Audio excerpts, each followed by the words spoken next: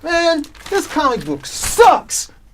And the reviews online said it was good! I wasted my money! Why didn't somebody tell me?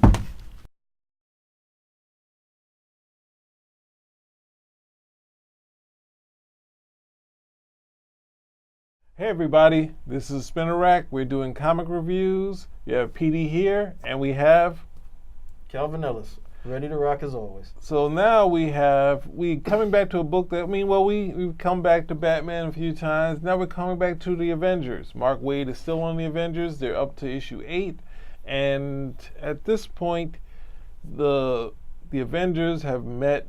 It's a character. It's not clear, but I think I looked at the early issues, and this is Avenger X, that's somehow connected with the second group of Avengers with Hawkeye and Quicksilver, and did something terrible to them. And they've unearthed this character, and Vision remembers, and then now there's a race to try to find this character that sort of wiped out Hercules, and then wipes out Spider-Man, and next thing you know is taking out all the Avengers one at a time, and only 2 Avengers are left. So this one, from what we saw with Kang, I'm not sure how this relates because it's a whole different group of characters. I don't know. It's just not, it's a little too much Rogue. It's a little more Rogue from the X-Men, and that sort of thing. And that sort of character, since I guess they got rid of Rogue, and Rogue is more of a good guy, they have this Avenger X. It didn't really do too much for me. What about you? What are your feelings on it? Well, I'm glad you said Rogue, because I was looking at it and it's like, this is pretty familiar. The Avengers should be able to stop this, wrap this sort of thing up. It's similar to the it's a Mazo in DC Comics, but there's some the super adaptoid. So they would come in and do that. But the bigger thing that got me is that I didn't know who anybody was on the team. You didn't know the female Thor?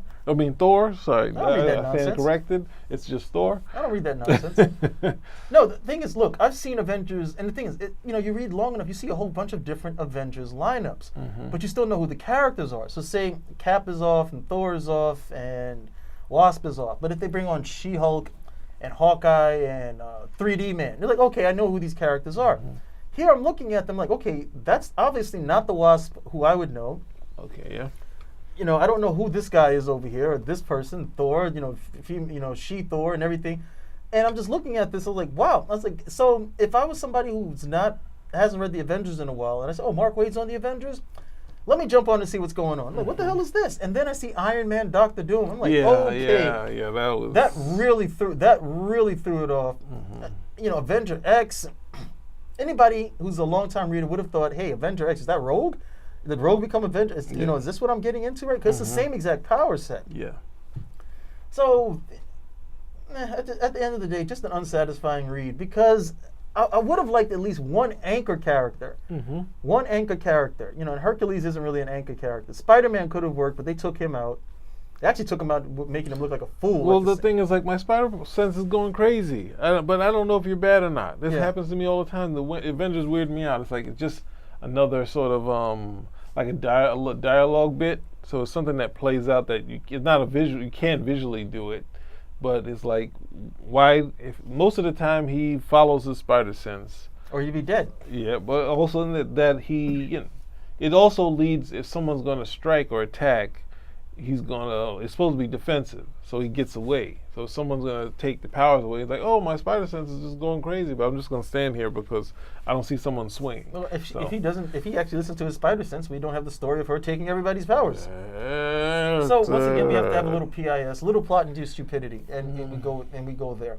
But yeah, I thought Spider-Man would have been a good anchor character. Okay, seeing Spider-Man react with all the other characters could have brought me in, but you took him out.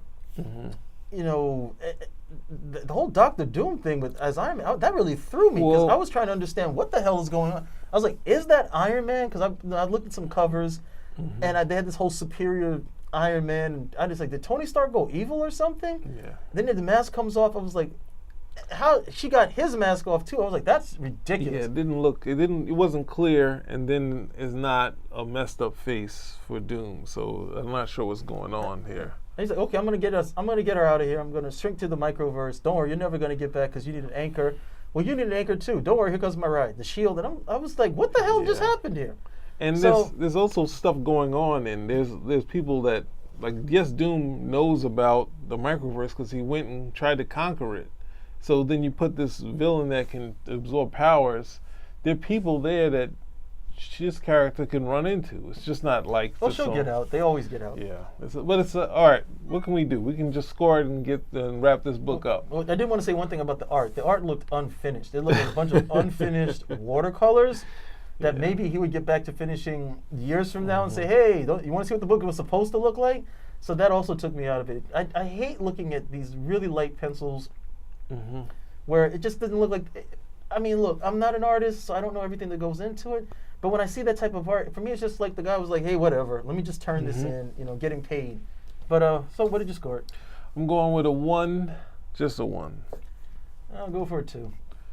And we just have to say goodbye. I can't say you should go out. I mean, you look at the cover. I don't know if that relates to anything that happens in the book. That just these characters are in it.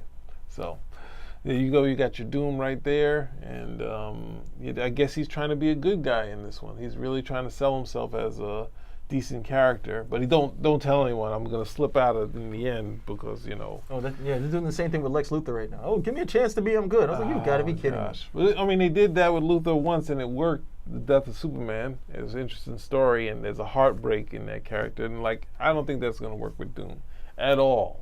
It didn't work with Luthor. As soon as Superman came back, he was like, the hell with this. So, thank you, everybody. See you next time. Yeah.